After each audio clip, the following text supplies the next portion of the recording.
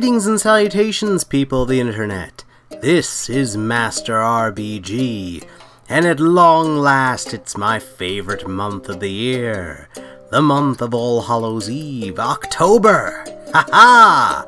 And as many of you know, I'm a huge fan of horror games. But just because I'm a fan of the genre doesn't mean I am blind to the flaws inherent to said genre. One of the most notable flaws is that the protagonists in such games are usually dumber than a box of rocks. I'm not saying that they're not brave, they are brave, but they're also incredibly stupid, just utterly lacking basic logic and common sense. It's astounding, really. So, to help future horror game heroes, here are 5 things to bear in mind on their adventures. Otherwise, they're gonna have a bad time. Number 1. Going alone. While we're at it, we can go ahead and include the entire concept of splitting up when you're in a group as well. This is a terrible idea, especially when up against forces far stronger than any single man or woman could possibly be. There's safety in numbers. The more people in your group, the more difficult it becomes to sneak up on anyone in said group. And while one person might not be strong enough to fend off a giant monster attack, a group of 3 or 4 might be able to manage something. Seriously, even the old man in the first Zelda game back in the 80s knew that it's dangerous to go alone. So why can't these horror protagonists figure it out? Yeesh. Number 2. Location, location, location. Okay, even in the real world, there are just certain places that are inherently safer than others.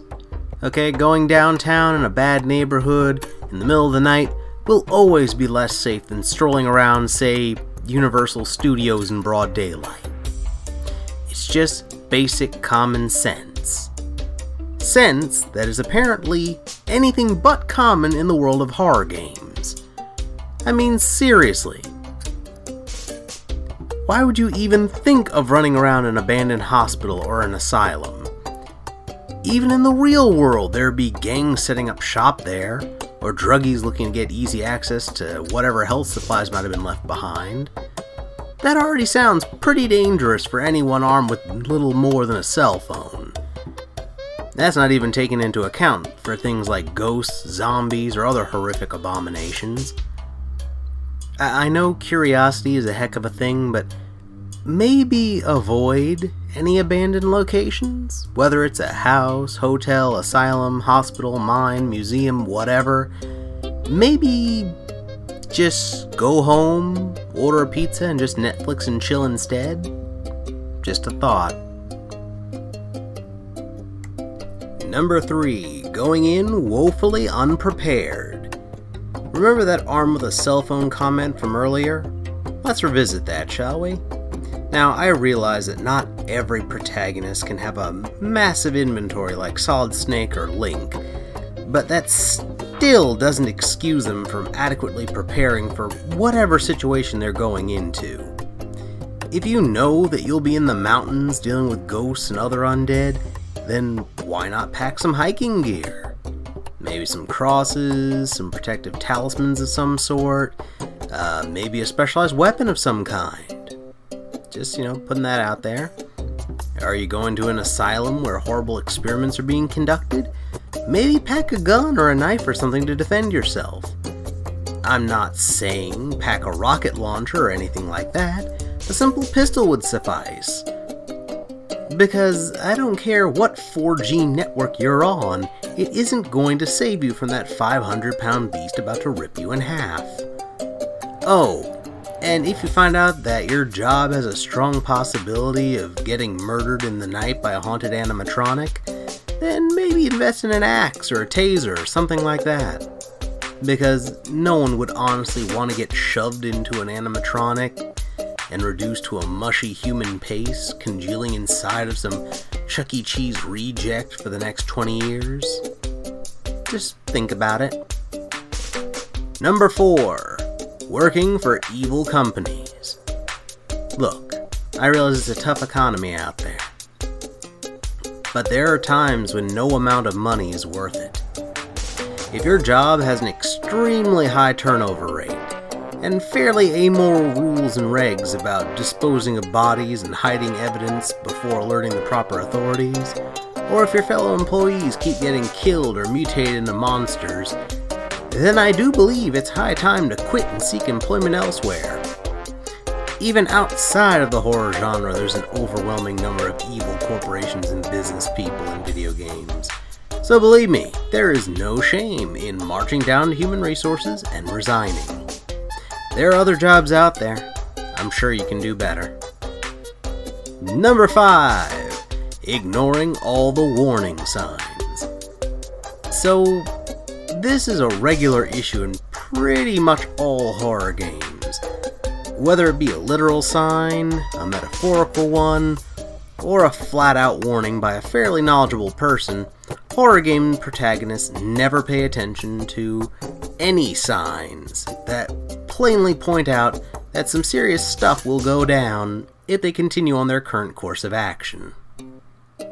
Seriously, wise old man tries to warn you not to go somewhere and disturb some ancient site? Just ignore him. Scholarly text and research indicating that using/activating a certain device may end the world as we know it and bring demons upon the earth? No need to pay attention to that garbage. Physical signs saying to stay away and that the area is unstable or dangerous? Oh please, who has time to read one of those things? Seriously, this seems to be the mentality of pretty much every horror protagonist I've ever heard of. And it makes no sense.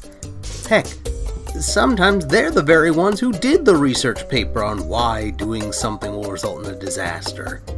Which just makes it more perplexing why they end up going against their own findings and allowing all heck to break loose in the first place. Good grief. Well, that about does it for this video, guys. I hope you enjoyed it. I certainly enjoyed making it for you. If you enjoyed it, hey, hit that like button. If you'd like to see more of my nonsense in the future, hit that subscribe button. And while you're at it, make sure to hit that bell icon to make absolutely sure you get notified when my new videos come out. And they will be coming out quite a bit more frequently than usual because it's October, like I mentioned before, my favorite month. Oh, and keep a close eye out for Friday the 13th this month. I have something very special for you guys on that day. Yes. Oh, if you'd like some suggestions for other videos by yours truly, well, how about these? Over here, you can check out my review for the excellent adventure title, Thimbleweed Park. And over here, you can check out my review/unboxing for Little Nightmares, 6th edition.